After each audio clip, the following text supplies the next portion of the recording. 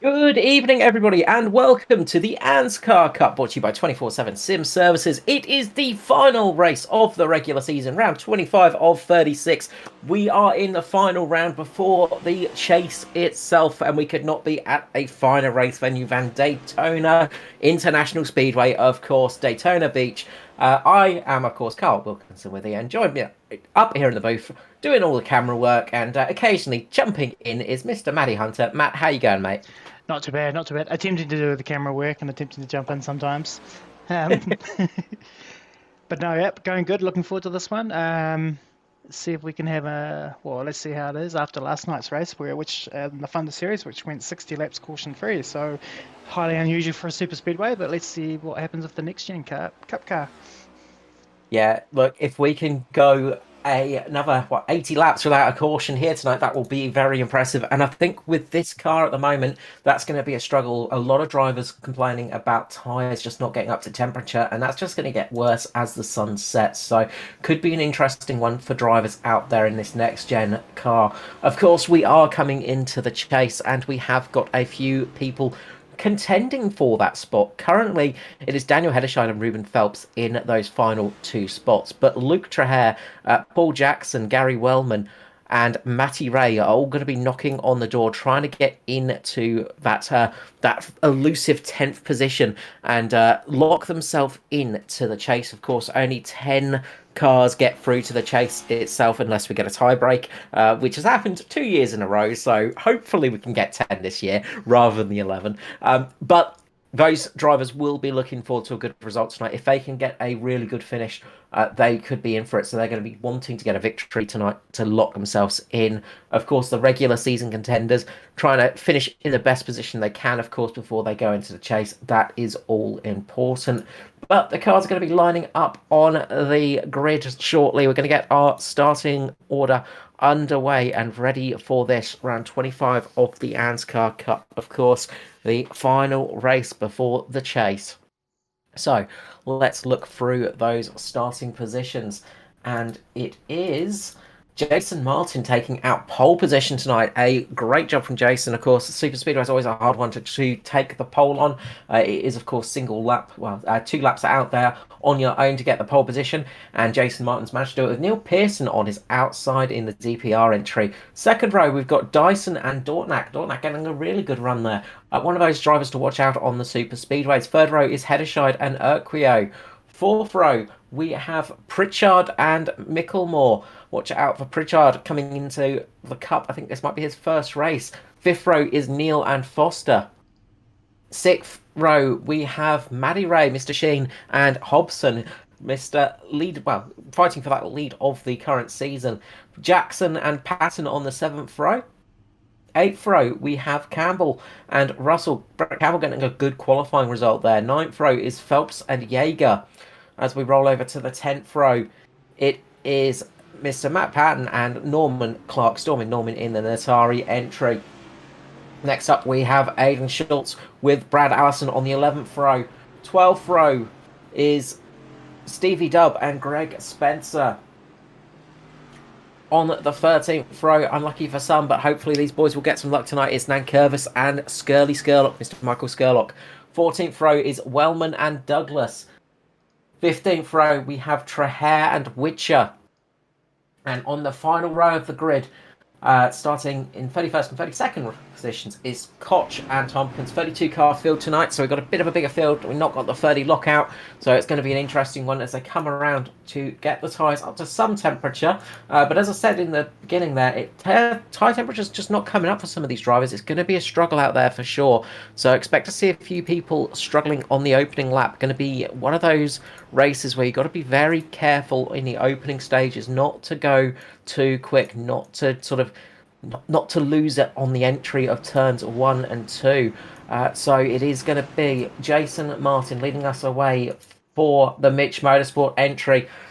Watch the cars as they will try and go side by side as well, try and get those two lines formed. Of course, here at Daytona, it is that sort of fairly long part of the track to the actual start-finish line as well. So long way to get there before you get to the actual start line. And we are going to be going green very shortly. Pace car pulls in.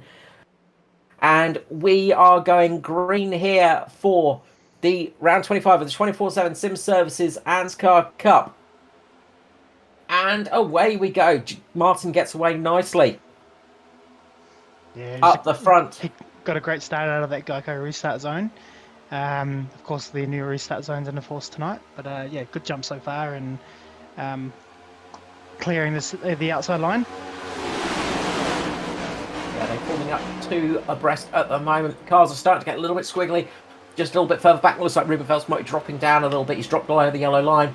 He's going to fall back positions if he doesn't get a good spot to slide up, because you do not want to be beneath the apron. Going into that first corner, he manages to get back up on the track. Looks like they're all getting through relatively okay. A few cars struggling for grip in the early stages there. Just getting out the corners, the car's getting very wobbly coming across the tri-oval section now. First lap is done and dusted. One lap of green flag racing under their belt. Oh, big move just in the back with Double D just getting ahead of Norman Clark there. Manages to hold the position, but a few different drivers up in the high spots tonight. I was talking to a couple of them before the race, and they're pretty happy with their qualifying results. Of course, super speedways can be an absolute lottery. It is a very different kind of a very different kind of run sometimes. As Douglas just glances the wall there, I think, just very lightly taps it. I think he's okay, but a few of these drivers just sort of wanting to start a little bit further down the pack, not too high up. So Gail Foster in the chat. Oh, welcome to the chat, Gail. Always nice to see you out there. All drivers did qualify, so they all set a time tonight, but some of them just could not get that lap time they needed in, and a few of them I think just eased off a little bit just to start a bit further down the order. But everybody out there did set a time tonight. But a few drivers just pipping them at the post and surprising a few people with speed. A couple of the drivers absolutely nailing those qualifying laps.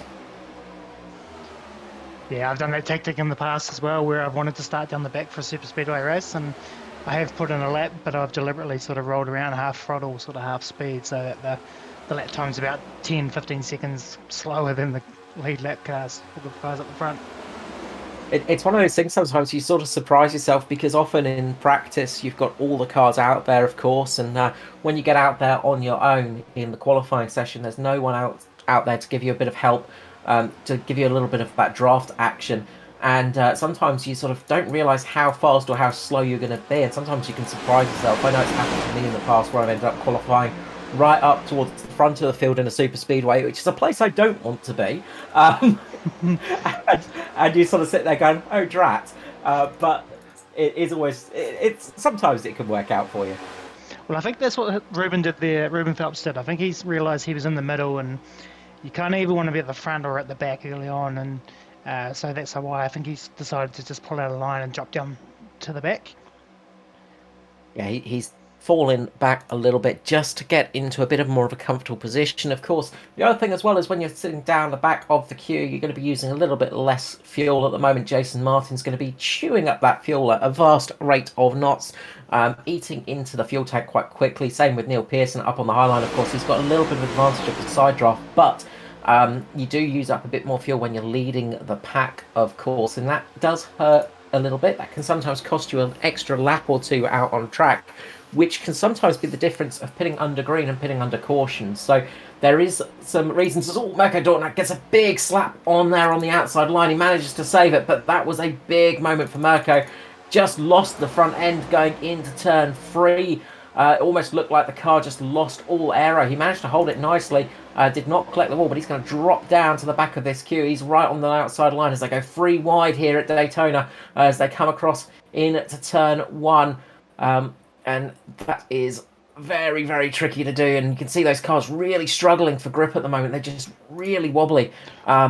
Losing us all. Dortnak gets a big slap, and you see there in the background, I think it was Nankervis just getting all the way out of the throttle there. Dortnak getting into the wall there and getting some serious damage on the front of the 62 Toyota.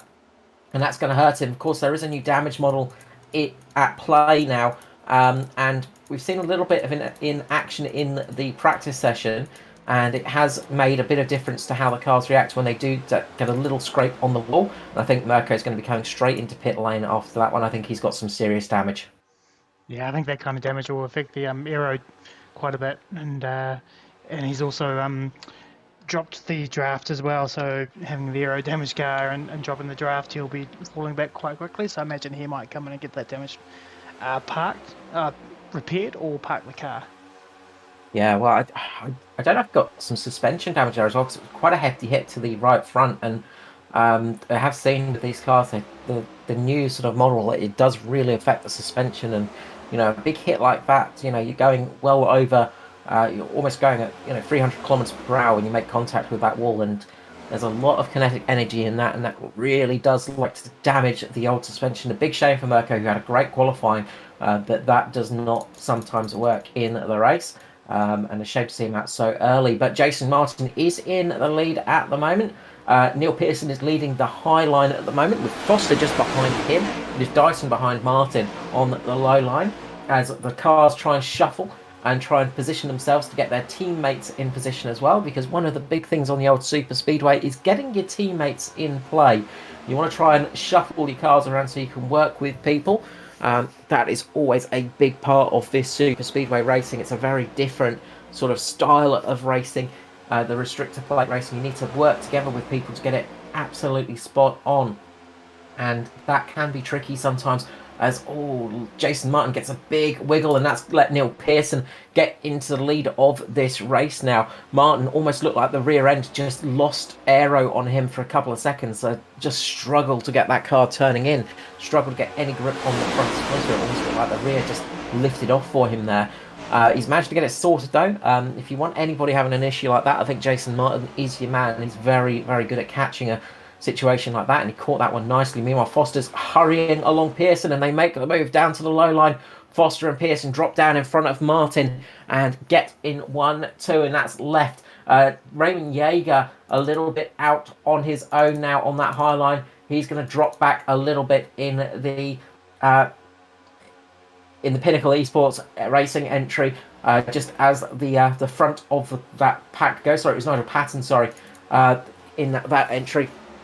And that's just going to just lose that little bit of pulling along power that they have, and that's hurt that high line. And it looks like Skurlock's abandoning the high line as well. So the high line's starting to break up a little bit, and you're going to see those cars struggling to keep up with the front end unless they push very hard. And you'll see some sort of bump drafting action going on if they want to try and catch up to these leaders. But you have to be careful of that, especially this early in the race, because it is very easy to overheat these cars. Yeah, that was very interesting to see. Neil got a good push from Edward, and he decided he wasn't going to drop down straight away and leave Edward stranded there. He wanted to work with Edward to make sure that they both got clear before they dropped down in front of Jason. So as we see, Neil's just gone up high and Edward's just come down low, and it's going to power through there. A little bit of a change of spot for these two. Pearson deciding to go up to the high line now and get up in front of Patton, just blocking off that high line that was starting to get a little bit of a run. Pearson going up there just to cut off a little bit of that energy. You can see a lot of the cars moving around quite a lot as well, and a lot of that's going to be just getting some clean air through the radiator, as that's the reason for Pearson dropping off. He wanted to get in there with his teammate Dyson, so Dyson just edged back and gave a little bit of room there, enough to squeeze a red DPR car in the middle between Martin and himself. And Martin and Pearson and Dyson have shuffled back teammates in position, and that's what they would have wanted to have happen. Yeah, perfectly executed move there, wanting to let your teammate in, sort of just hold up your line a little bit, create a little bit of a gap, and when there's heaps of gap, cool your teammate down and with plenty of room. Yeah, beautiful little move there. Very nicely done indeed. So, just looking back at the moment, everybody's doing a good job at the moment. That high line is doing a much better job than I expected them to do. They look like they were struggling a little bit early on, but they've started to get a bit more speed in there now. I tell you what, that outside line is now really moving, and it's no surprise to see that the number 10 is actually up there. And Dave Douglas, obviously very, very strong super speedway racer, very good pusher, and it looks like he's sort of got that outside line going, and he's helped the 90 and the 23 get clear. But unfortunately now, Contact! We've got contact with Dave Douglas and Oh, Oh, Douglas Pearson! Douglas goes around, and that was a true curse of the commentator moment there for Douglas, oh wow, yeah. who is the only real victim. Jason Martin did a great job of saving that car. Not sure what happened there. They just got loose, and Douglas went around. He made contact. He just got wobbly on the exit there. It was actually, I think, Schultz and Martin that made contact. So Martin's just gone up into Schultz and then sort of spun him around. Pearson just did a great job of not crashing there effectively. Dave Douglas was really the unlucky driver there. Um, that is a heck of a moment. Great awareness by everybody because that could have been a huge wreck. Yeah, let's have a look here. We're just on the replay, and I will just sort of see if we can get to the moment where it all sort of went wrong. Where's the purple car? So if you watch the purple car on the Oh, low line there, just has that moment, touches with Aiden Schultz. Dave Douglas tries to hold it at 300 odd kilometers per hour there, gets a big wiggle on, and then unfortunately that little contact with Pearson is enough to spin him around. Pearson goes across the grass. Lucky that curb didn't launch him into space there. Martin and Pearson managed to save the cars. They lost a lot of positions. Neil Pearson down into 18th position now. Jason Martin in ninth. The big loser, of course, is Dave Douglas out of that. He's gone right to the back, lost all the draft, but he's still in the race. He's fallen back with Justin Witcher down towards the back of the pack now. Meanwhile, Patton is leading the race. Nigel Patton in the lead with Raymond Jaeger. Foster sitting there in third with Schultz in fourth. Dyson now starting to gain up a little bit. The pack's got broken up, but Dyson now gaining back onto the leaders with Hedershide behind him. Matt Patton in seventh, eighth Stevie Dub. Jason Martin managed to save that into ninth position. And Gary Wellman, biggest mover of the race, I think. Sorry, no, yeah, biggest mover of the race is Aidan Schultz and Gary Wellman, both with 17 positions, but Gary Wellman up into 10th from 27th. Great run from him, and that is a good one for him if he can keep up this movement, because that could help him get into the chase tonight. looks like pretty much all the cars that were involved in that, they sort of got away with it. Not much damage. Very little damage on all cars, I believe, that were involved in that, so that should help them be able to keep going, work their way back up. But of course, Dave Douglas, unfortunately, is going to be, I think he's already 33 seconds down on the leader, so he's going to be lapped probably in the next 10 laps maybe or so, if it keeps going at the speed, if there's not a caution. But if he keeps fighting and keeps staying on the lucky dog, yeah, he might be able to get back on the lap again and look to contend, because the car itself doesn't look too damaged. No, I've just had a good look at the number 10, and there doesn't seem to be really any damage, just a few maybe little taps on the old bodywork, but nothing major. A little bit of a scrape on the right-hand panel, but other than that, it's pretty good. But yeah, that could have been so much worse, especially at the front of the field when you get an accident like that happening at the front of a 30-car pack. All it takes is for one person not to lift or one person not to see it, and it's a very easy thing to not to see in these cars. You don't have much visibility when you're driving these, so there really isn't much space to see out the car, especially when you've got another car in front of you and then another couple of cars in front of them. Very easy to have a big accident in that respect. So great driving from everybody there to not have a bigger wreck. But yeah, that definitely spiced it up a little bit in the early stages. It has, and it's very interesting. We are completely single line. No one is prepared to jump out and start forming a second line yet. Oh, that camera view is interesting. Cars running straight over your head. Yeah, it makes you feel like ducking, doesn't it?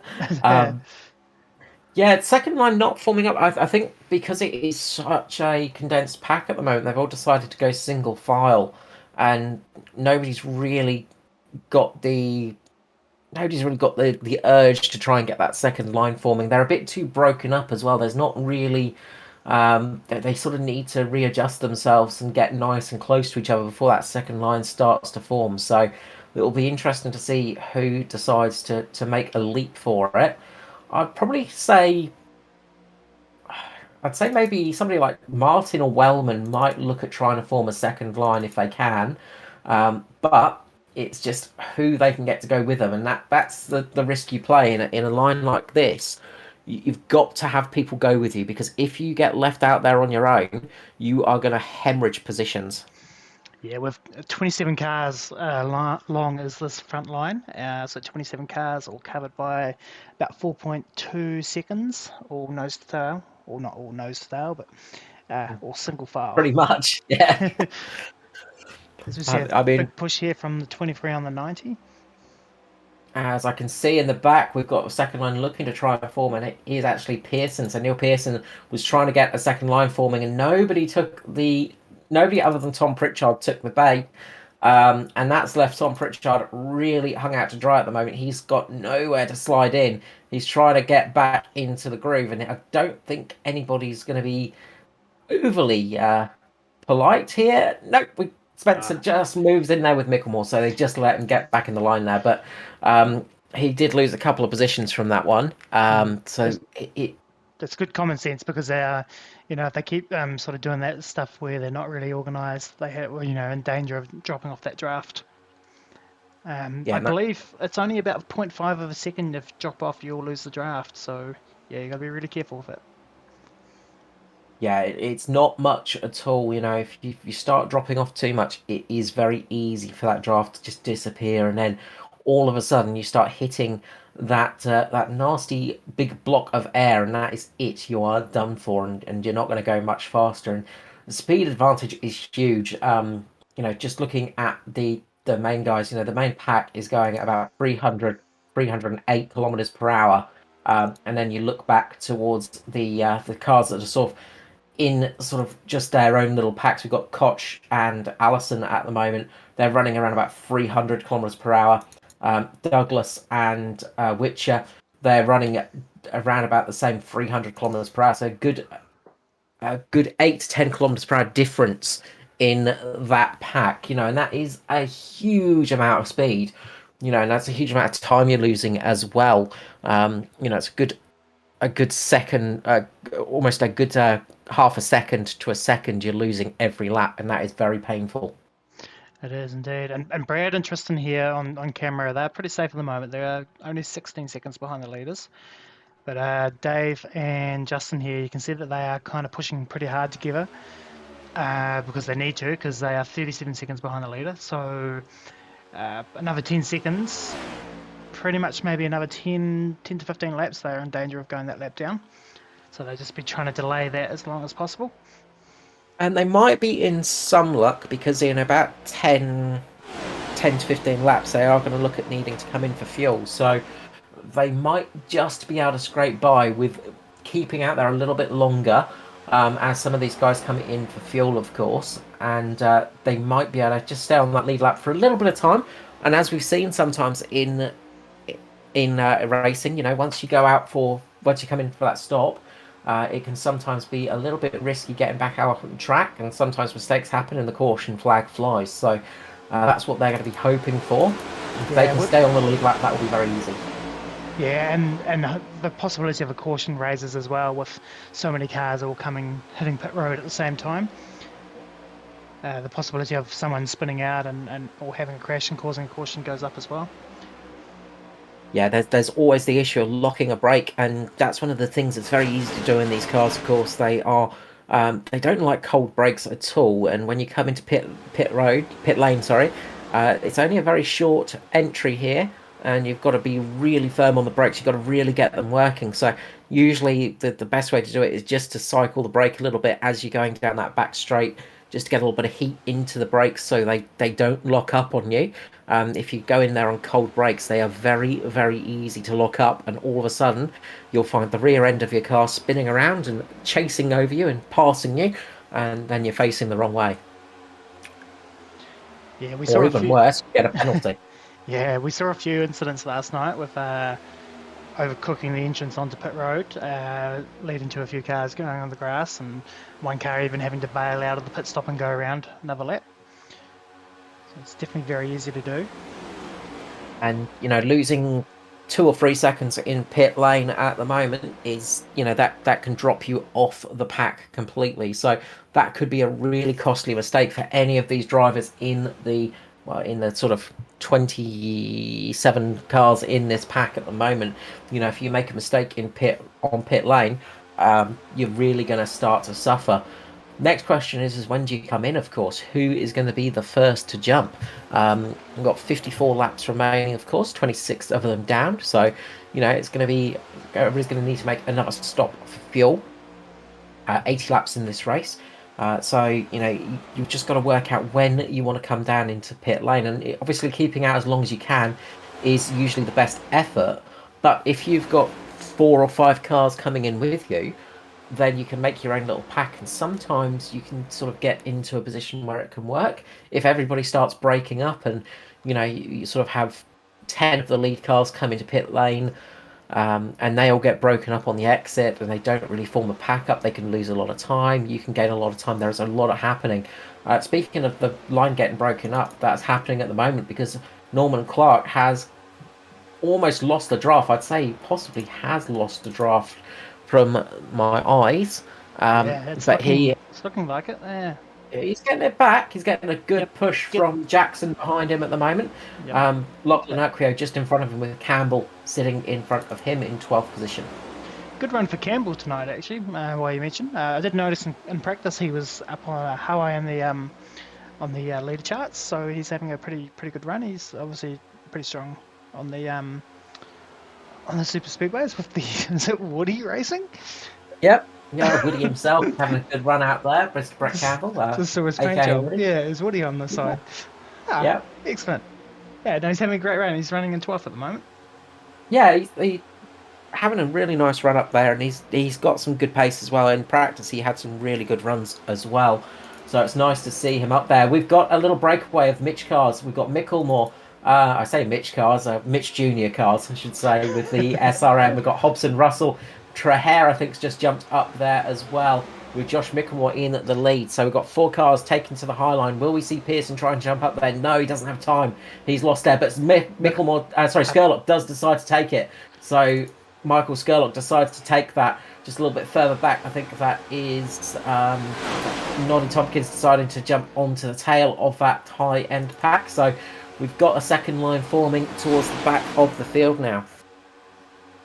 Yeah, so those Mitch Motor boys and Synergy guys would have been in the same Discord chat, so they would have talked about that and coordinated pulling out there so that they weren't left alone.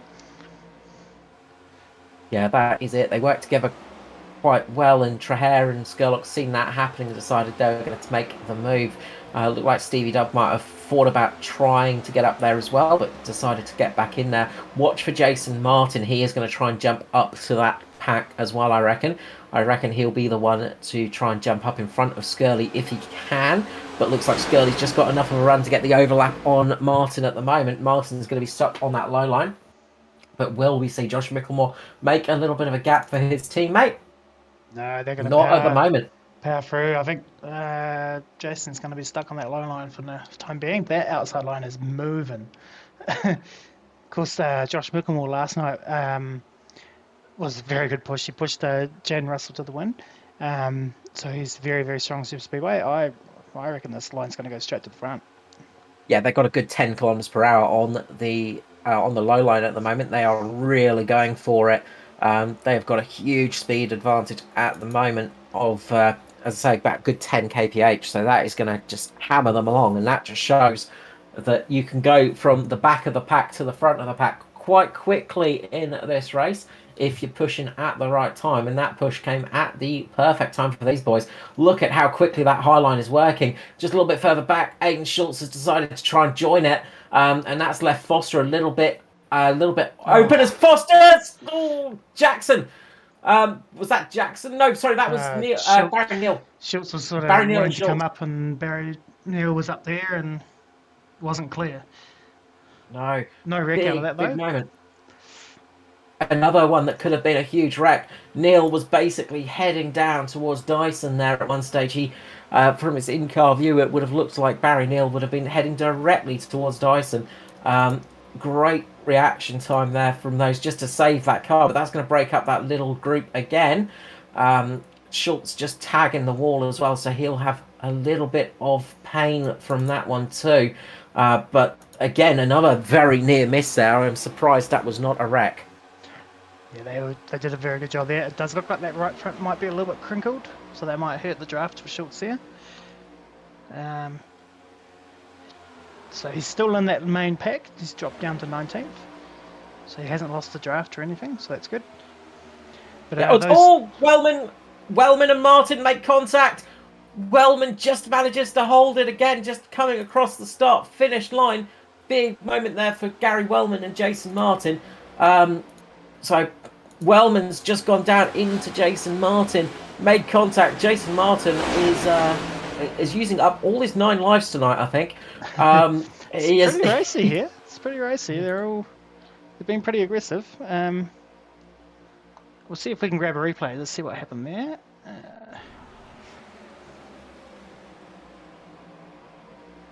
Big moment.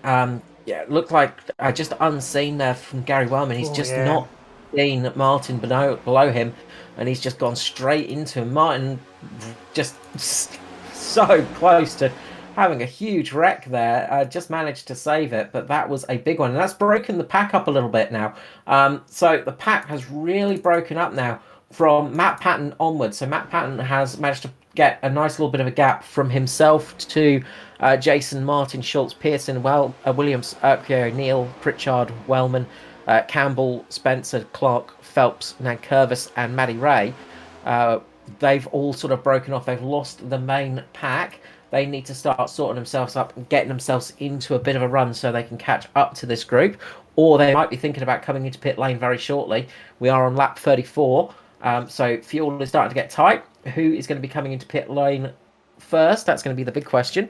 I reckon we're going to see the first pit stops coming in the next lap or two.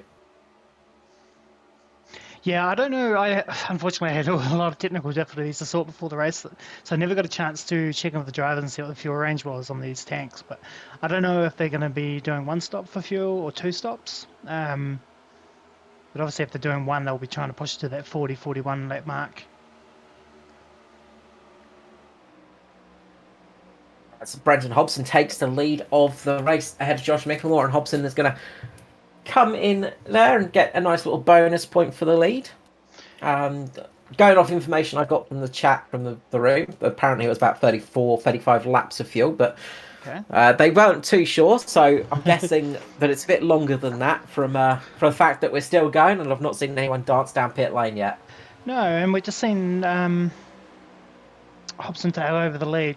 Obviously, get a bonus point for leading a lap, but also allows Josh to save a bit of fuel as well. And Yeah, where has Skurlock gone? Skurlock's dropped right down. He's in 7th position, just behind Noddy Tompkins. Noddy's worked his way up into 6th position in the SRM machine. It's another driver having Noddy, a great run tonight. Yeah. yeah, we've seen him have some good runs on the super speedways, and he will hope to have that continue.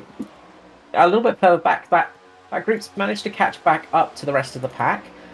So the Jason Martin sort of groups managed to get back onto the main group. So we've still got a good 27 cars in a line effectively. Sorry, 26 cars now.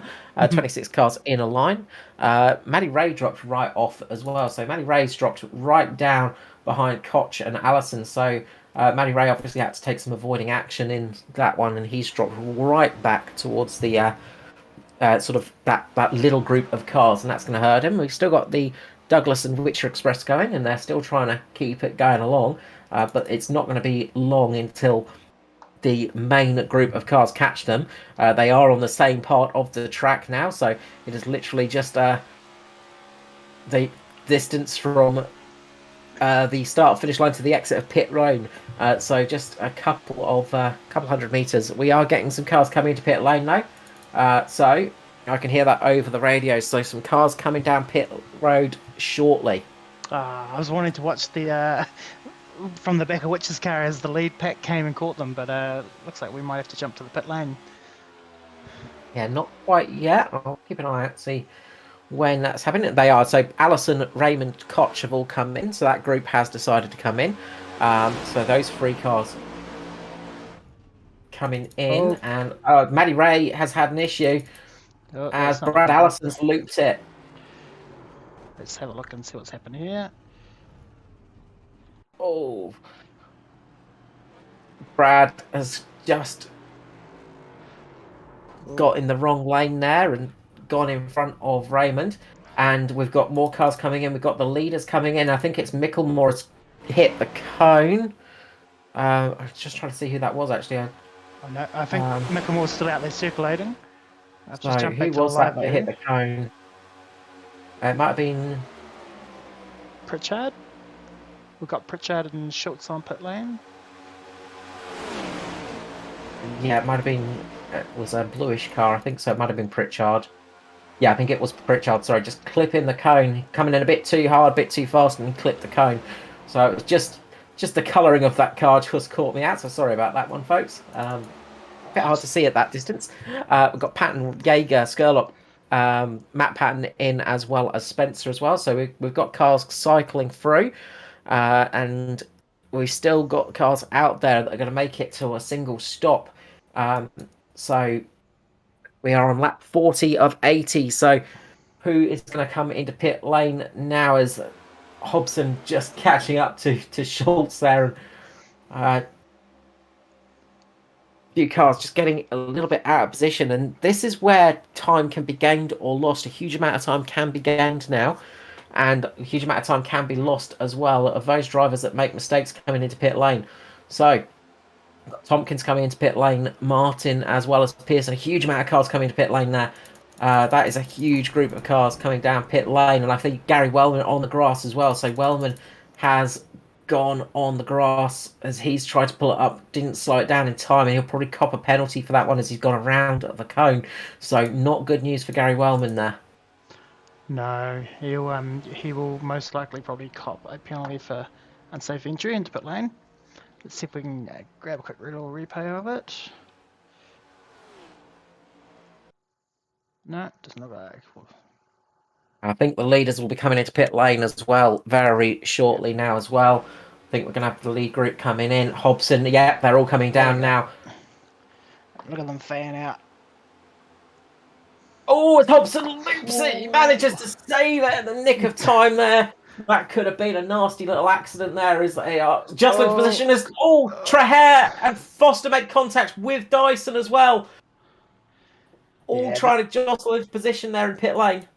This was a problem last night as well, unfortunately, with cars uh, coming down the left-hand side trying to pass, and when the other cars are on the outside and need to come into their pits, they've got to come across, and there's a car there, and it's causing issues.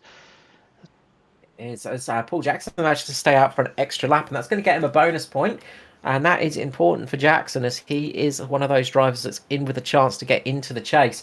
So that bonus point could prove to be crucial for him. And he's going an extra lap as well. He's managed to get a good amount of fuel saved in that car in the 231 there. Paul Jackson in the Ayatora car getting a nice fuel consumption rate and keeping it out for an extra lap. Yeah, he's going to be in a little bit of trouble though, because I think he is the only car to have not pitted at the moment. So when he comes back out, he's going to have to hope that he picks up another car pretty quickly. Yeah, that is it. He's going to be in.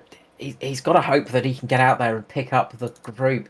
They're all very spread out at the moment, though. There's a lot of cars that are spread out. Jason Martin, Stephen Williams are the main pack, and then behind him it is absolute carnage at the moment. That is the main group. Andrew Dyson's managed to hook onto the front of Williams Foster as well. So it's Heddershide at the lead of that pack at the moment. With Micklemore and Hobson sort of out on their own at the moment. They had a really good stop, but they've just sort of out there on their own at the moment. Heddershide has got a nice group of cars, and then Dave Douglas has is leading the other group, but he is a lap down, of course. So Douglas is sort of looks like he's up there, but unfortunately he is a lap down at the moment, which is not going to help him out too much. No, and he's battling. He is now actually the lucky dog position, with the 12 Witcher behind him also a lap down. So there's nothing he can do at the moment except to hope that there's a caution to get him back on the lead lap. As we see, Yeah, Jackson's come out of the pits now. And where will he feed into this group of cars? They're just coming around now, so Jackson's going to get up to speed and he's going to miss this first pack of cars. He might be able to get onto that second group. He's got his teammate back there as well, Barry Neal. He's just got to get it up to speed. Might be able to link it up with this group behind Skurlock, maybe. Just going to miss out there as well. He's going to link it up with his teammate, so they're going to try and hook it all up. So we know that the majority of cars are okay on fuel. A few people are going to be tight on fuel, but I think pretty much everybody can make it. But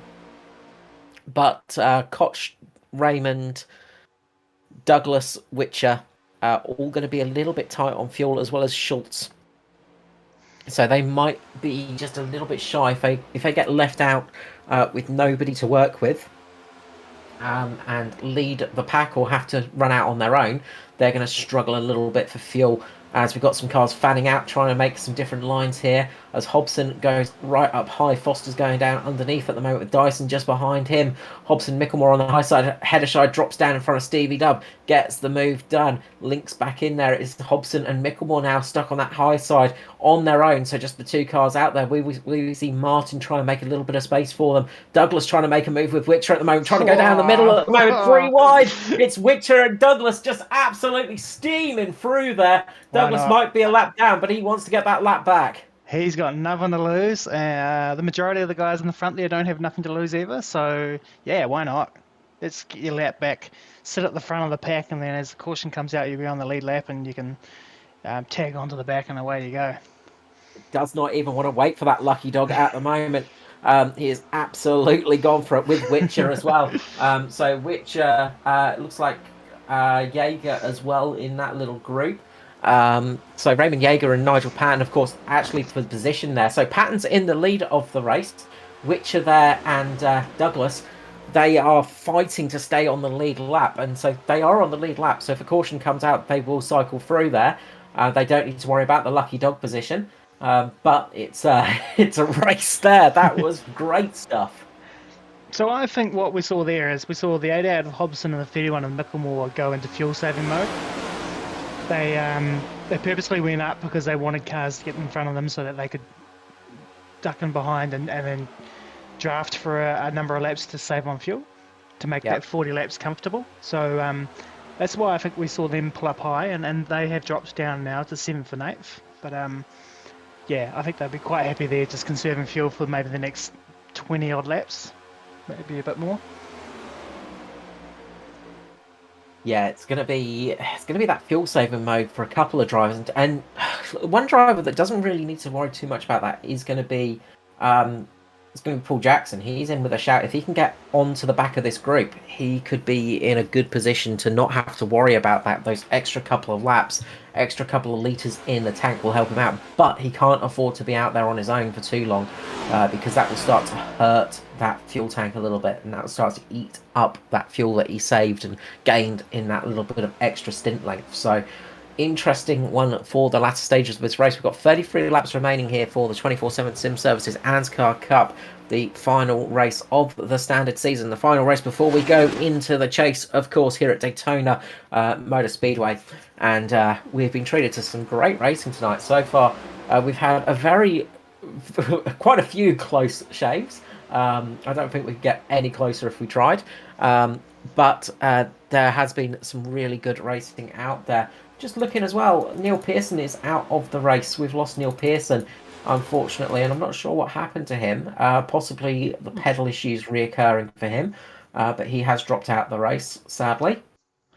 Yeah, I'm just having a little bit of look back, and I can't really see any sort of incidents there. No, I was doing the same thing myself here, and just seeing if I can find out exactly what happened. He might have just picked up a bit of damage from the few incidents that he's been in, and it might have affected the car and decided that it had enough. No, nothing I could see. I just wonder if it was possibly those pedals going back to haunt him, because he's had some issues with them in recent weeks. So I think I heard he was using his clutch pedal as his brake pedal or something like that to sort of get it working. But maybe it's a pedal box issue again, unfortunately, which is a shame. But hopefully, I'll have that fixed for next week. Indeed, indeed. Another mechanical issue. Looks like his team need to sort their engines out. They keep blowing engines and or having Yeah, mechanical issues. the Mechan- DPR Ferrari engines. yeah, mechanical issues in sim racing world. So yeah, let's make it a bit more interesting rather than just saying a pedal failure. Let's just say it was Well, that's blown it. engine. It is the thing. It's the closest we get to mechanical failures, of course, is when the rig starts to fail, and it is basically the equivalent of a mechanical failure in sim racing, and something that people don't really think of. It's an annoying thing to happen when you do have those things fail, It and is. We've had a lot of drivers. we've had a couple of pedal failures from a couple of drivers this season, and we've had a sim rig break and the gear stick fall down in the middle of the Yes, race. Yep. UVR issues as well. Yep. I can speak for That's a that. common one. Yeah, we both know the perils of that one. Yep. Um, yeah. Um, but I think the most interesting one was actually in Thunder with Hamish Gallagher at the final race where his pedals started to fail on him in the race. He almost lost the championship. That was a very sketchy moment for him. Um, that one was extremely scary, but not very fun. But it is the thing that you have to worry about sometimes, and it does happen. I mean, I had one race where my steering wheel fell off on me mid race because I didn't do up the quick release properly, and that was a shock. And it is the thing is, you do have these little mechanical failures, and of course with sim racing, there is no pause function. You can't stop and things like that. You are mercy to those, and it can be really painful when it happens, especially if you're in a good position.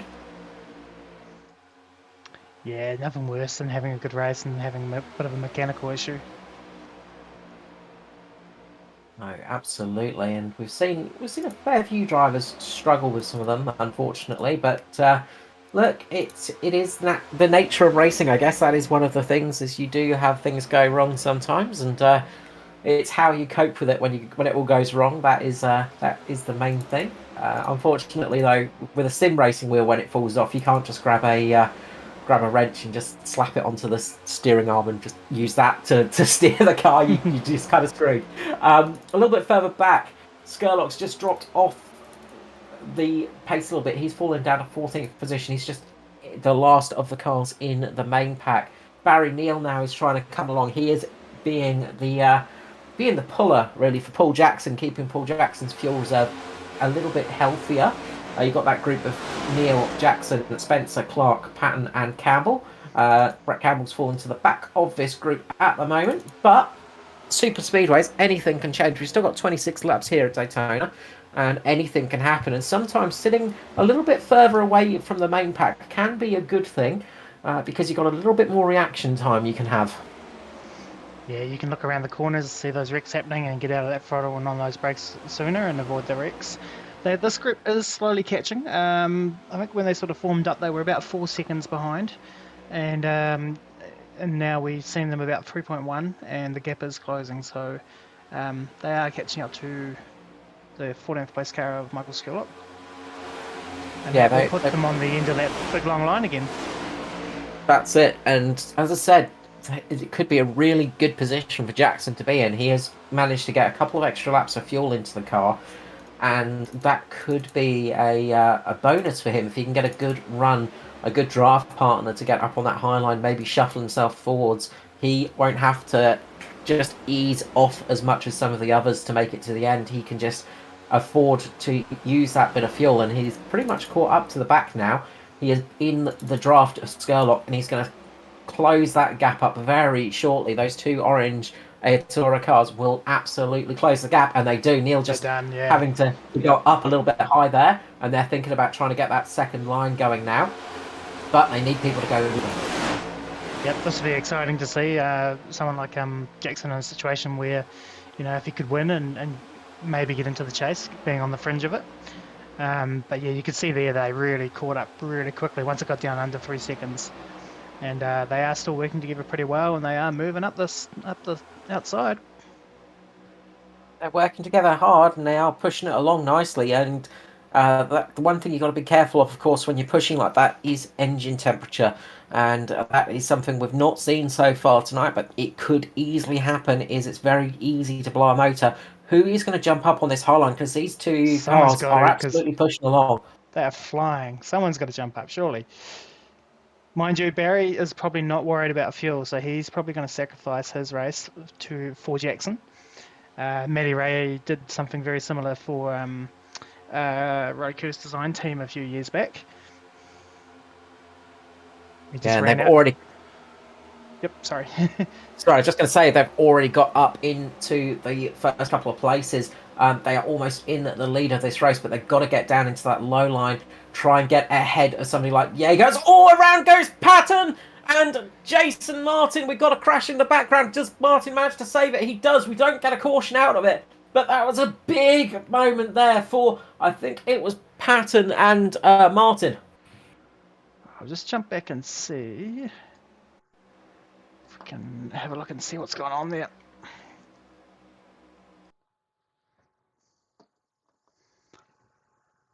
Spencer, sorry, it was Spencer, not Patton. So Greg Spencer's just had a huge moment with Patton behind him, actually. Just tags him and he goes down, and Jason Martin gets a huge tag on that car. Somehow, he's still going. Jason Martin, I think, has been hit by every single car tonight and is still going.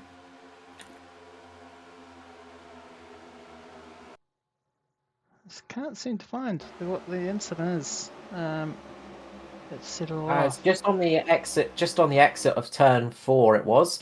So it There we looks are. like Yep. Patton's just got into the back. He's not touched him, but it looks like he's just had that aero wash off the back, and then he's gone down and just speared into Jason Martin. Somehow, Jason Martin using up the third life tonight. Obviously, Jason Martin being part cat has got 9 of them, but he is running out of lives rather quickly tonight. Managed to get back on track and didn't go down pit lane as well, so he saved that car. Great job from Jason. He is just, yeah, he is. He's had a lot of lucky moments tonight, and he's still going somehow. But that car is looking a little bit worse for wear. Oh, I just think he's had more hits tonight than the Beatles. Very much so, yeah. He is. If you listen to 12 Man, you know where that comes from.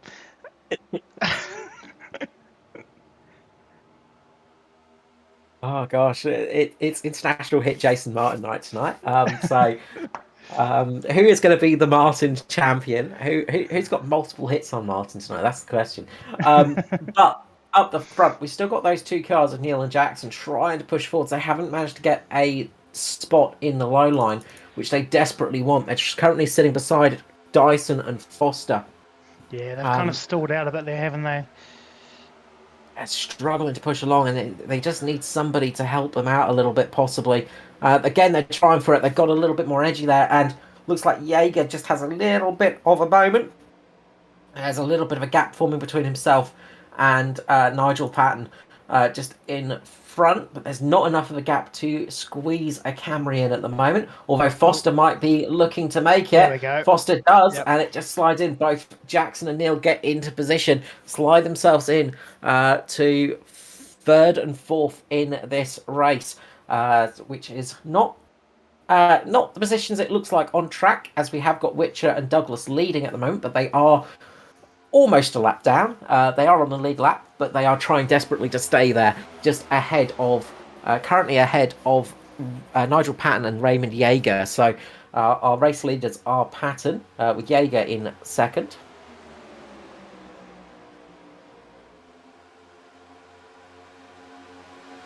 And we've got the sort of secondary pack now a bit further back. Cars are split up a little bit from Ruben Phelps and Jamie Nankervis. Then we go back to Brett Campbell, Skurlock, Raymond, Russell, Wellman, sort of down there with Traher, and it's broken up for some of those packs a little bit. We still have 18 laps remaining though, and I don't think we're going to see any of those leaders trying to slingshot for a while now. They're just going to settle in a little bit. let the car just relax a little bit. The drivers will take a few deep breaths, and then they're going to look at making their attack with probably about 5 to go.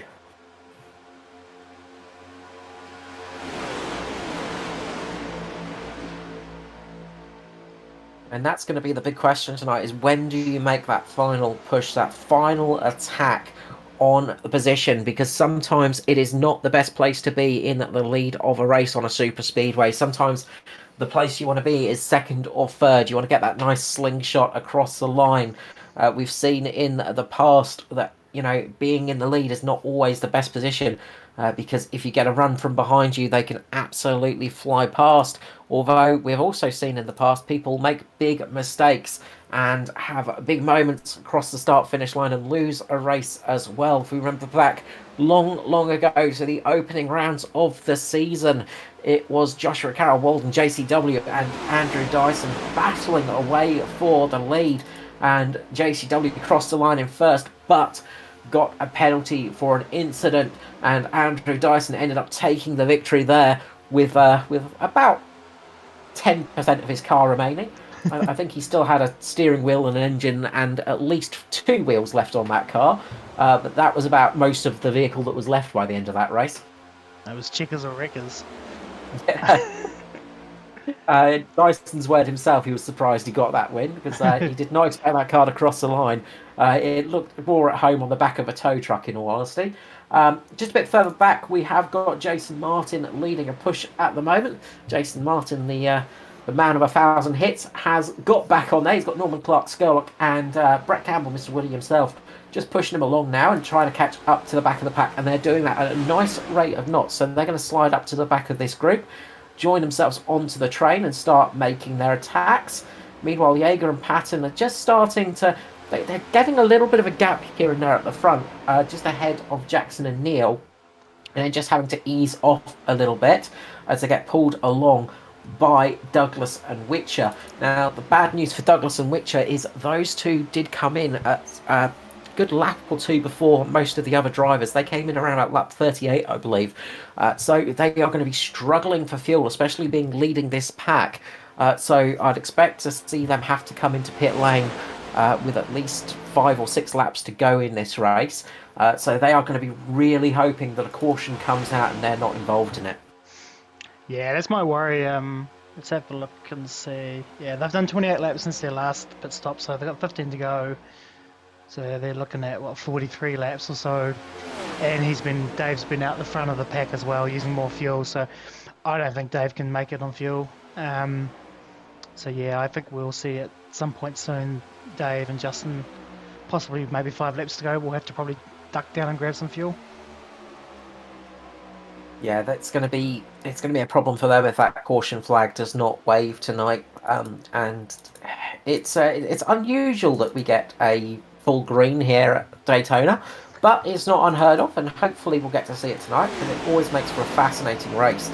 Because people really have to shuffle and get into the right place at the right time, and you see who's got the gamble paid off and who absolutely messes it up, and it can really make for an interesting little run to the end, of course.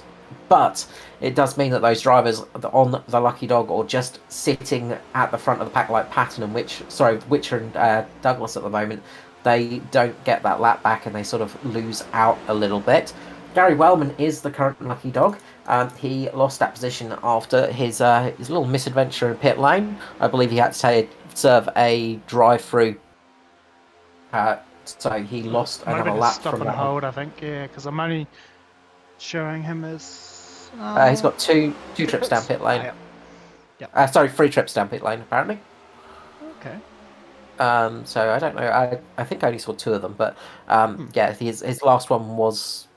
Yeah, it would be in 2, because I think the last one was a timing glitch, because apparently he only spent 5.7 seconds in pit lane. Yeah, I'm seeing that as well. Yeah, I don't think you can do it in 5.7. Brett Douglas at the moment having a really good run. Woody getting a really good run on his own, actually, on the outside at the moment. Sorry, Brett Campbell, even. He's using the side draft to his advantage. And he's getting a nice little run at the moment. He's sort of gone from the back of the pack, working his way up there, and he's going to try and slot himself in, possibly into the top 10 here. He's just side by side with Tompkins and Urquio at the moment. He's trying to get into a position as it stands. He's trying to get something going, but the drivers aren't ready to go yet. I'm just trying to see when they do feel like they want to go, whether it's 10 laps to go, and who's going to lead it, who's going to make that decision to go, and then who's going to decide to go with them. Yeah, at the moment it is really it's anybody's race really. It's very close up here, as you can see now. But he's just Campbell's just had to pull out of that one now. Just sort of couldn't keep that one going. Meanwhile, Norman Clark just has a big moment, manages to save the car. Did he make contact with Jason Martin? I saw Jason Martin down there as well. So They're bunching up a bit there. Let's have a quick look and see before it starts getting really ramped up. I think we'll go back here. I think Norman might have had to check up, I think. yeah, there was a bit of a check up there as the two cars in front of him of Nankervis and Phelps just had a little bit of a moment as Campbell's just up in the wall, so Campbell just grazing the wall there as they go 3 to 4 wide, and that just caught them out. Meanwhile, Jason Martin's looking to lead the charge now. He's got the top line formed with Skurlock, Phelps, and Nankervis, I believe. Looks like Norman Clark's trying to join onto the back there as well, and this top line is going to start hauling along now. Who will see this one coming in their mirrors and decide they're going to jump out? Looks like Stevie Dub's decided to do it. No, he doesn't. No. He pulls out at the last second. Stevie Dub looked like he was going to try and get up there. Could not link up in time. Meanwhile, Barry Neal and Neal's making a move with Jackson. Neal and Jackson are trying to make a move. They've pulled out and are now trying to make their move up towards the front. It is Barry Neal in the lead with Paul Jackson just behind him. Those two cars pulled out high. They're going to get themselves slotted in front of Martin now. Martin can't get around them. Can't get a third line working right here. So it's going to be Neal and Jackson trying to get that high line working. They're side by side with Douglas and Witcher at the moment. Of course, Douglas and Witcher are a lap down now. So who is going to try and slot in there? Will we see Neal, Barry Neal, try and jump down to get that low line under his control with Paul Jackson on the high line? Both of those team cars trying to control the line. Not an easy thing to do, but they've got the speed at the moment. Looks like that high line is really running well. But of course, we saw Neal having to be the puller for a while. He's going to be struggling on fuel, I imagine. Same with Douglas and Witcher. Patton is sitting in a good position with Jaeger at the moment. This is anybody's race. We've got 8 laps to go here at Daytona for the final round of the regular season of the 24/7 Sim Services ANZCAR Cup. Of course, the chase coming up next. This is giving us a great race before the chase, though. Yeah, this is awesome to see so many new different faces up here that you don't usually see up here. It's awesome. Hopefully one of them can bring it home tonight and we see a new first-time winner or something like that. That'd be really cool to see. Would be great to see. It's always nice when you get new first-time winners, and Jason Martin and Michael Skurlock are going to be doing their best to try and stop that from happening. Jason Martin may have been involved in every single near miss tonight, but he is up there. He's currently sitting third in line on the high line at the moment. He's sitting in a good position, so he is going to be hoping that he can get this one working for him. Could be a really good, strong finish and end to the season for Martin or Skurlock tonight. Could we see somebody like Jaeger or Neal, Jaeger or Patton get there as well? They're starting to get a little bit sketchy. Looks like Skurlock's decided to drop down to the low line now. Skurlock's just dropped in behind Foster. We've still got that high line working. Dyson decides to jump up high. Dyson's up in the high line now, just ahead of Norman Clark.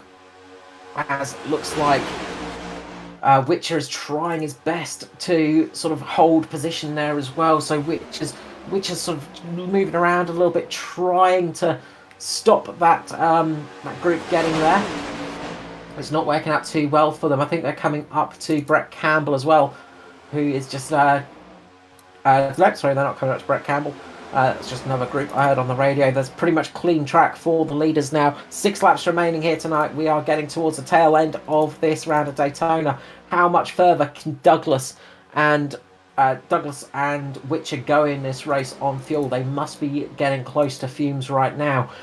When will they peel off, and when will the leaders get into this race itself? The high line started to stall out a little bit. Foster jumps up to the high line. He's in the middle at the moment. He's trying to slide up in front of the 2 cars. Decides to against it, goes back to the low line, then back up high, gets in front of Neil. Foster getting up into the high line, decides it's time for him to make the move. Foster's trying to get the lead of that high line now, try to get ahead of Patton and Jaeger.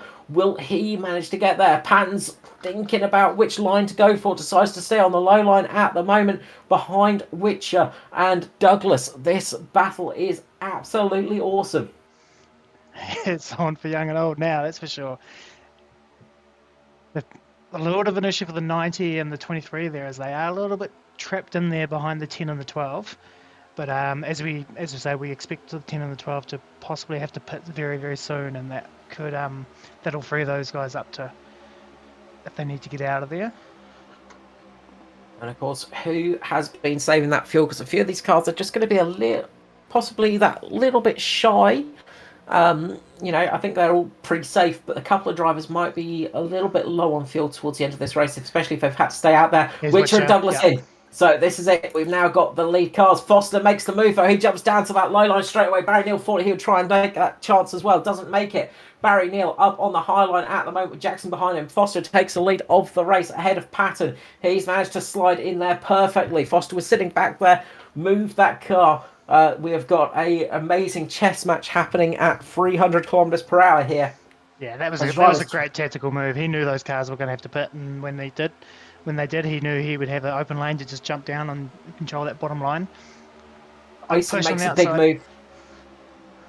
Dyson makes a big move just a little bit further back. He absolutely chops down into the low line. Will Neil be able to get that high line working? Does Neil have enough fuel to make it to the end of this race as well? That's a big question for him. He's been doing a lot of work in the front of that lead. They're getting a good push at the moment.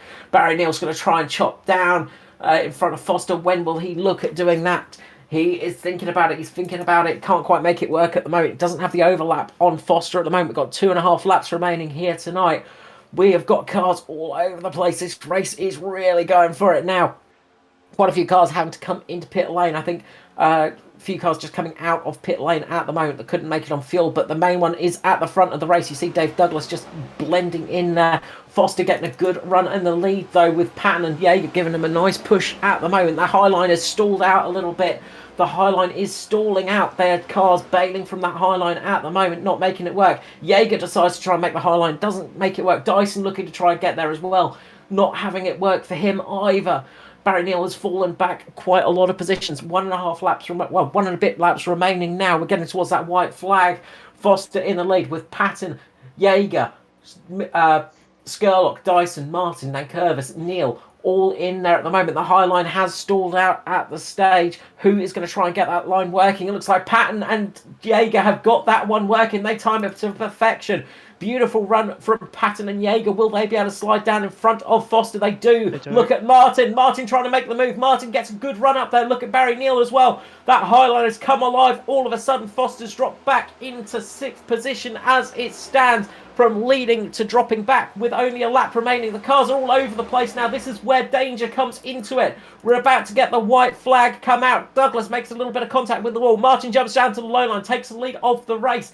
Looks like Neil and Jackson have got the high line at the moment, but Jason Martin slides down into the lead of the race ahead of Patton at the moment. We've got half a lap remaining. Who is going to get this race? It's still anybody's race to go for. Big move as Patton gets caught.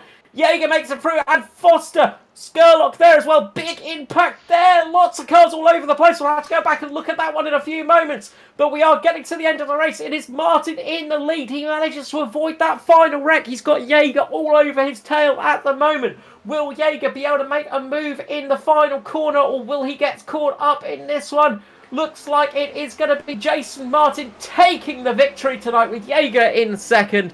3rd for Dyson, 4th for Skurlock, 5th for Foster. Noddy Tompkins comes home in 6th position. Great run from Tompkins. Nankervis in 7th. Hedderscheid in 8th. Ruben Phelps in 9th. And Norman Clark in 10th. But there is a lot to look at after that finish. That's a lot to go back and look at as fair match on that last lap. Yeah, there was a big accident there, but I couldn't leave the front leaders, so we'll jump back and have a little look at that in a moment. But it just looked on the naked eye without having a good in-depth look at it. Big push, Patton kind of in the middle and just got squeezed. Really, nowhere to go, and yeah, we'll have to go back and dissect that one in a moment. Yeah, Just that is it. It's one of those that we're gonna have to go and have a good look at because yeah, there was so much. There was about 7 different accidents happening at once there. Um, but should we? Jason Martin, the man that basically got wrecked about what 4 times in this race. It looked like his race was run so many times tonight, has managed to take the victory. Raymond Yeager coming home second, 16 positions gained. Great run from him. Andrew Dyson in third. He just managed to just pick his way through the carnage. Same with Skurlock and Foster. They were very lucky. Noddy Tompkins, 26 positions gained. The biggest gainer of the night, Noddy Tompkins in 6th position. One of his highest finishes in the Cup, I believe, for Noddy Tompkins. I think that's probably his best finish of the season. So he's going to be pretty chuffed with that one. Great job for him in SRM, Mobile Brake Mechanical. Daniel Hederscheid in 8th, 9th for Ruben Phelps, and 10th for Norman Clark. Importantly, for Phelps there in 9th, because that's going to help his chase as well as Daniel Hederscheid. Of course, those guys in the running for the chase. Luke Traher, where did he finish? Luke Traher finished in 14th 14th. position. Paul Jackson in 12th, so I don't think that's enough for Jackson to overtake him in the standings. Um, so that's going to be obviously we'll need to have a look after the race and figure out things, of course. But I think Luke Traher is kind of safe in 10th there. So I think before we get it locked in stone, the chase drivers would be Dyson, Hobson, Pearson, Foster, Mickelmore, Martin, Skurlock, Hederscheid, Phelps, and Traher. But of course, that could change a little bit. So keep an eye on the ANZCAR Facebook page. But let's look at this. Let's look at this final couple of moments and this absolute carnage here at Daytona.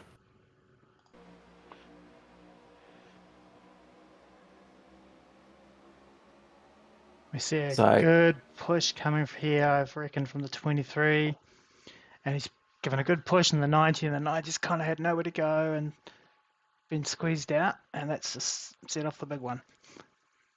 it did huge wreck there, and a lot of cars getting caught up in that. Foster getting a tag on the front, but he managed to just save it. Um, Norman Clark got a huge hit in that as well, but he managed to somehow limp it back into 10th position. Um, but a lot of drivers getting caught up in that one, and a lot of big names as well. So that is the perils of a super speedway. Unfortunately, it's one of the things that can happen. It's a shame for the two orange cars, the 22 and the 231. Had such a good run and good night and made it really interesting. Unfortunately, just got caught out in this one. Wrong place, wrong time. Yeah, big. I'd say big shame because Jackson was looking really good tonight. I think he was challenging for that win. With that little bit of extra fuel as well, he was in a really good spot. But like cycling it through, Martin absolutely saved that for the perfect time, and he may have been involved in every single near miss. We had no cautions tonight as well, ladies and gentlemen. Caution free tonight. Great job from everybody. But yeah, that was a crazy finish to the regular season. Great stuff from all of those drivers. Um, so yeah, really good job there from everybody. Um, but yeah, just what can you say about that finish? I mean, look, as I said, we knew it was going to get a bit crazy there at the end. It was it was definitely going to have those moments. But yeah, we had a great finish to the race there tonight. Yeah, it was indeed. And how weird that we've just done 140 laps of super speedway racing without a caution. Yeah, a That's great crazy. job. We used to be able to Look, only do like 5 laps with a caution. exactly. But it's a great testament to the drivers and just look, the respect paid out there, and also the driving standards as well. A little bit messy at the end, maybe, but no caution flag came out. And both in the Thunder and the Cup Series, getting it green to the end of the races. Great job from everybody. Really well done. All deserve a pat on the back, and some great saves through there tonight as well. Indeed. So what we'll do is we'll grab up our third place finisher, and the man that, well, will go into the chase leading the standings, Mr. Andrew Dyson. Dyso, welcome back to the booth. I said it wouldn't be too long until we talk to you again. It has not been indeed. P3 tonight here at Talladega. A bit of a crazy finish there. You made it through somehow and managed to get third in the end. Yeah, can you hear me okay? Yep, I can hear you loud and Yeah, clear. cool, mate. Yeah. Yeah, you're pretty spot on there for the most part, except we're at Daytona tonight. But you know, Oh, hopefully I do. Yeah, hopefully I do well at Talladega as well. Yeah, it's just I said to the boys coming across the start finish line to start the last lap there that I probably hadn't really played it well enough, and I was just in a position of survival there, so I wasn't really thinking about going for any sort of big moves. So I was just going to play it out and see where I ended up.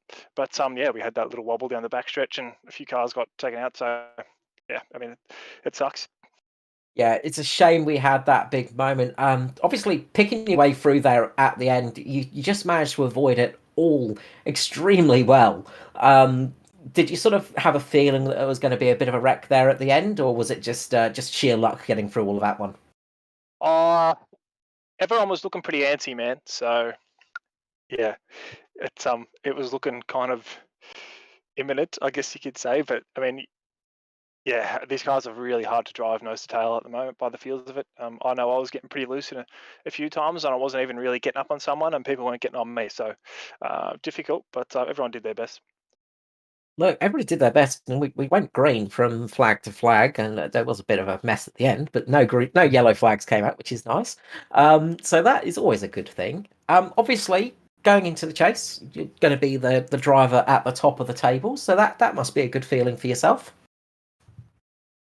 Oh, it's pretty cool, but you know, at the end of the day, I don't think it means much because it's only 9 points between you and the guy, or myself and the guy in 10th. So it doesn't really mean a whole lot. All it means is we just go out and we keep racing and try and do the best we can. It's simple as that, really.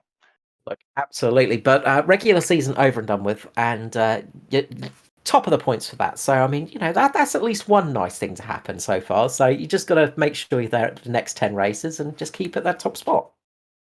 Yeah, it's cool, man. Like I think I said last week, it was just a nice, reasonably consistent year and pretty clean for the most part. So that's something to be proud of for sure. I mean, it's a good effort. Can't do it without the boys in the team. You know, the top effort. Full credit to those lads. They help out and do all sorts of things, and we work together and have a good laugh along the way. So it's great. No, great to hear. Great to see as well. Congratulations on another podium tonight. I mean, you've been up in the top five so many times this season, so many wins as well. You've been having a stellar year, and look, I mean, as you said, you weren't too comfortable with ovals a year or two back, and now you're absolutely dominating on them and doing great jobs on them. So you really come a long way. It's great to see, and hopefully the next 10 races will be another great way to show your talents as well. So I wish you luck there. But before I let you go tonight, the usual thing is shout out and love to sponsors. Yeah, thanks, mate. Yeah, I appreciate the kind words. I know I've improved a lot. I don't know about dominating. That might be a bit of a stretch, but I can only, like I said, give all the credit to the lads, Neil, Steve, the guys that have been doing it for a long time. Really appreciate their help. And hopefully I've been able to help them along the way as well with some little things that I've brought in from road racing and stuff. Yeah, thanks to simrigs.com, South Willis and Hoyes, Ben Max Mechanical, Phoenix Smokers, MP Designs. I don't know if Jimmy's watching, but shout out to him. He knows what he did. Neil's Mrs. Linda, she Oh, sorry, lost you there, did I say? Yeah, I understand his internet has dropped out, so he might be on a phone for Discord. Yeah. But it sounds like he's dropped out again. Unfortunate there. So I think I'll just giving a shout out to his missus there. So big shout out there for that one. But yeah, congratulations again, Andrew Dyson. Good job from him for DPR, of course. Next up, we will grab the second place finisher, Mr. Raymond Jaeger, a man that we haven't spoken to for a long time actually in the ANZCAR booth. It's been a while since we've seen this man up there for the Pinnacle Esports Racing team. Raymond Jaeger, welcome back to the booth and congratulations on an incredibly strong run and a really nice P2 here at Daytona International Speedway. Yeah, cheers, man. I don't get up here often in ANZCAR, so yeah, I'm glad to be here. I know it felt a bit empty up here without you in here. We've missed you. It's been a long time since we last got to talk to you, at least in ANZCAR, at least. really strong race for you tonight. You were up there, thereabouts, pretty much all night long. Obviously, not the greatest qualifying, but in the race itself, you just slotted yourself up in that top group pretty much all night long. Yeah, so I mean that was the strategy. I mean, qualifying didn't go very well, but how Daytona is. There's not much in it from front to back, so you can pretty much land wherever. So yeah, then we just sort of the plan was me, Nige. The plan was Greg to come with us, but he's not good enough. So me, Nige, just went to the front as good as we could, and look, we controlled most of the race. About just before halfway through, we realised that it's going to be a bit of a fuel race, and we were like, "Shit, we're not going to make it." So we had to sort of drop back a little bit and start to save some fuel, and that's what we did. We got lucky in that second stint after the first stop as well. That Davey Douglas and Justin were out in front of us, so they helped us save a whole heap of fuel and get home. So yeah, it worked out really well. Yeah, it looks like that was a great help for you at the end there. And obviously, I mean, I imagine they were hoping for a caution to come out, which it did not appear. Um, what were your plans coming into that final couple of laps? Obviously, super speedways is not always the best place to be, sort of right up at the front. So what was your plan of attack going into those last couple of laps? Yeah, it's always a tough one because, like you said, being at the front, you kind of are sitting in duck. But if you drop back and sort of try and get a run, you put yourself in that mess behind you that can. Well, we saw what happened on that last lap there, and that could have been us if we tried to try and fool around, drop back. So the plan was we were just going to try and push from the front and hope we could hold on. Whether we would or not, who knows? Probably not, since I apparently dumped Nige at the end there. So yeah. Oh, look, it gave us it gave us a very entertaining finish there. But look, honestly, really strong run from you and Nige as well. Like just really nice run up the front. It was good to see. And super speedways, you tend to be pretty good at them. Yeah, we tend to do all right at super speedways because it doesn't actually take much skill. No, that's not true. It's a different beast than other tracks, and it suits us. Yeah, obviously it helps that we've got 3 or 4 guys and we can work together and put the cars where we want them to be. So that helps as well. But yeah, Nige did an amazing job tonight. Somehow he's in front of me the whole night, and he was better on fuel than me as well. So not sure how that works. I'm just crap apparently, but that's probably why I took him out at the end there. Like he'd saved too much fuel. His car was too heavy, That's and it. that's the problem. That's obviously what happened. There was too much weight in the rear, and it just Yeah, spun him around. 100%. Um, obviously, coming into that final sector, there, did you think you had anything to catch Jace on the end there, or were you pretty much going, "Yep, P2 is locked in"? Oh, man, I was hoping, but it was inching towards him, but I just couldn't get enough of a run to actually do anything. So yeah, settled for second, and coming second to Jason Martin's nothing to sneeze at. No, absolutely. Look, congratulations tonight. Well done on a well-deserved P2. I think highest finish this season in the cup. I know you've not run too many races, but I think this is definitely the highest this year from my memory, which is not the best things most times. But congratulations on a really strong finish. Will we see you a couple of times in the chase this year? Uh, yeah, look, I'll probably rock up if there's some tracks that I don't mind racing at. So I haven't looked at what the schedule is, but if there's any 1.5 miles, I'm sure I'll be here because they're the ones I tend to enjoy and have a decent crack at. So yeah, I'll try and turn up to what I can. We look forward to seeing you there, Mr. Raymond. Yeah, congratulations on tonight. And before I let you go, the usual thing of shout out and love to all of our sponsors.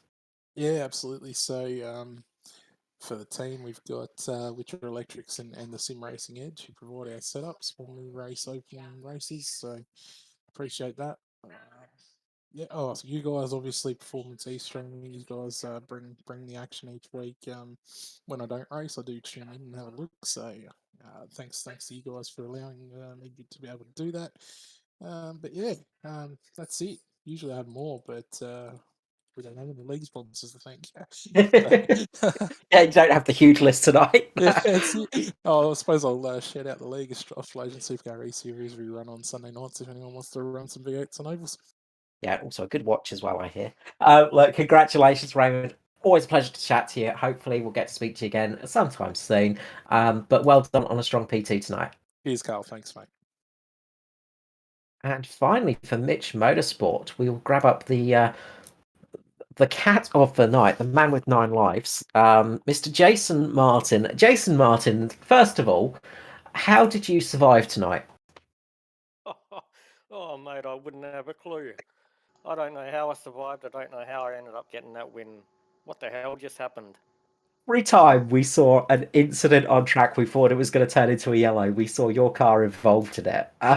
It was basically um, uh, Smack Jason night tonight. Somehow you survived it, and then you go and win it. Oh, mate, I don't know how that happened. I don't know how I survived. I think I got hit, what, 3 times, was it? Yeah. Three times from the top of my head, yeah. Yep. There were 3 moments there where I thought that was the end of your race. So Yep, there was 2 where I thought, oh, yep, I'm definitely gone here. I'm going to get wrecked. But no, there was definitely 3 incidents I remember, but 2 of them I thought I was a goner. I don't know how I survived them. I And think then at I least went one on of and them you were won. sideways. So Yep, and I remember one I was going through the grass and just about clipped someone. it was definitely an interesting night, and usually that would be it, but then you just go on to get a fantastic run at the end. That final lap, you got an absolute ball of speed. Looked like the high line worked perfectly for you. You chose your right time to jump up there with a lap remaining, and you only got and done and well it. Yeah, I don't know how I timed that either. I don't know how I got that win. Just everything worked for me tonight. But yeah, I was following the guys in front of me and they seemed a little slow for some reason. So thought, oh, well, I'll just go for it. I'll just try and pass them. And it worked and I went and got the win. Yeah, it was definitely not an easy victory. That is for sure. I'm just going back and having a look at myself, just with the final instant there as well. That was so close to taking you out as well. Um, you've used up what 4 of your 9 lives tonight, so it's going to be a tricky one for the rest of the chase. But look, fantastic run. You gave us some great entertainment out there as well. But what goes through your mind when you have an incident like that and you drop right to the back of the field and you sort of have to work your way back? Did you sort of have that feeling of, oh, it's all over, I've not got a chance of winning, or did you just keep focusing on the racing? Yeah, normally once you lose that draft from the lead pack, you normally never get it back. So I thought, oh, yep, I'm done here. I'm not catching back up. But because everyone was fuel saving and they were worried about not making it to the end, the lead pack was going pretty slow, so it made catching back up pretty easy for us. So it meant I used a lot more fuel and I was running very short at the end, but I was able to catch back up to the pack and have a shot at the win. Well, that was going to be my next question: is how much go juice was left in the tank at the end? It didn't appear like a lot of people seemed like they didn't have much left in there. Yeah, before I got wrecked, I was about 5 laps to the good. But after I dropped back and had to make up that 3 or 4 second gap, I used all that fuel and I only had half a lap to go when I finished the race. So yeah, I only just made it in the end. Look, I think karma came back your way. I mean, getting caught up in so many incidents tonight, lot of your own making, and it really paid off for you because it gave you a nice victory here tonight. Well done on that one. Obviously, final race of the regular season. It is chase time next. How are you feeling going into the chase? Now that I'm out of luck, I used it all up then. I think I could be in trouble because I've been struggling with this car, so I haven't been confident in the car, so I don't think I'll. Yeah, I think I'll be struggling a bit. I think there's others way in front of me with this car. Oh, well, look, I mean, if your luck turns around like it did tonight, then we'll be speaking to you at the end of the season, and you'll probably be very happy.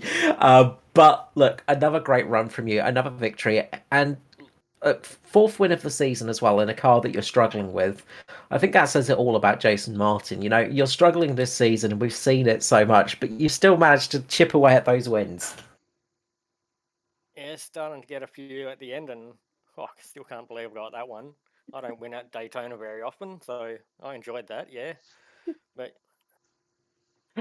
Look, absolutely enjoy it as much as you can. A well-deserved victory tonight, Jason. The usual thing of shout out and love to sponsors and people in general. I got to thank all the boys in the ANZCAR League. It's been fun, been a long season, and yeah, been some great racing. The boys at Mitch Motorsports, our sponsors, Affinity Constructions Australia and Mad As Designs. And of course, you guys were doing a broadcast for everyone. And yeah, bring on the chase. Look, we look forward to seeing you in the chase, Jace. Congratulations on tonight. Well-deserved victory, a hard-fought victory at that as well. And look, good luck in the chase coming up. Oh, cheers, mate. Jason Martin there for Mitch Motorsport. Look, you can't say he didn't earn that one, Matt, can you? No, he drove. He started from the front, dropped to the back, drove to the front, dropped to the back, drove to the front multiple times. So he definitely earned that one. That's for sure. He did indeed. Look, a really strong drive there. Jason Martin just showing that in a car he's struggling with, in a season that he struggled with as well, he's still managing to get those victories. He's still, he's one of those drivers that is just very hard to beat. Let's just run through the finishing order before we head on to the standings. So it is Jason Martin taking out the victory with Raymond Jaeger in second, Andrew Dyson third, fourth for Skurlock. Man, we didn't mention too much. We saw him dropping off a few times, but P4 for him is a great finish. Edward Foster, fifth position for himself.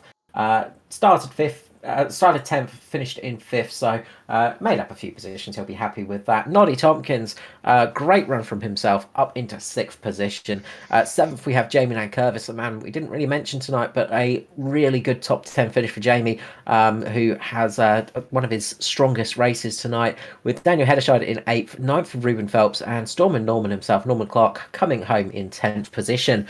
As we head over to the next group of cars, it is Lachlan Urquio in 11th, with Paul Jackson a bit unlucky in 12th position. Brenton Hobson, in 13th, with Luke Traher 14th, 15th for Barry Neal, Josh Micklemore 16th, 17th for Brett Campbell, 18th for Nigel Patton, Matt Patton in 20th, Stevie Dubb in Stevie Dubb in 20th position, as we go over to the next set of pages, Maddie Ray in 21st, 22nd for Tristan Koch, Gary Wellman 23rd, Aidan Schultz 24th, 25th for Jaden Russell, Justin Witcher 26th, 27th for Dave Douglas, Greg Spencer 28th, 29th for Neil Pearson, Brad Allison, Tom Pritchard, and Mirko Dortmund all not finishing the race, unfortunately. But we have got the sort of the unofficial standings in at the moment, and it is Andrew Dyson taking out the regular season, 48 points ahead of Brenton Hobson, who's had a great year so far. Neil Pearson in 3rd position, with Edward Foster in 4th, 5th for Jason Martin, 6th for Josh Micklemore, 7th for Michael Skurlock, Daniel Hederscheid in 8th, Ruben Phelps in 9th, and Luke Traher locking himself into the chase in 10th position. Paul Jackson just missing out. He did everything he could do to try and get in there, but just missed out on that one, so a shame for him. But he is the best of the rest there in 11th. Gary Wellman 12th, 13th for Maddie Ray, Darren Lobb 14th, a good debut season for him, Stevie Dubb 15th, 16th for Barry Neal, 17th for Russell, Dave Douglas 18th, 19th for Norman Clark and Jamie Nankervis, and Brad Allison 20th. So the regular season is over. The chase is coming up next for everybody, so we hope you can join us for that one. Of course, the chase will be kicking off at Darlington. Yes. The Lady in Black for 160 laps. Yeah, a very tricky track to start off for Chase, but I know a few drivers that absolutely love that one in that group, so they're going to be looking forward to that one. Then we head off to Kansas, Bristol, Texas, Talladega, Charlotte Roval, the only road course of the Chase, and it is Vegas, Homestead, Martinsville, and we finish it off at Phoenix. So thank you very much for joining us tonight. A big thank you, of course, to Mr. Maddie Hunter for doing all of the camera work and all of the hard work. I myself, Carl Wilkinson, with you, wish you a good night, and we will see you again soon for the start of the chase at Darlington.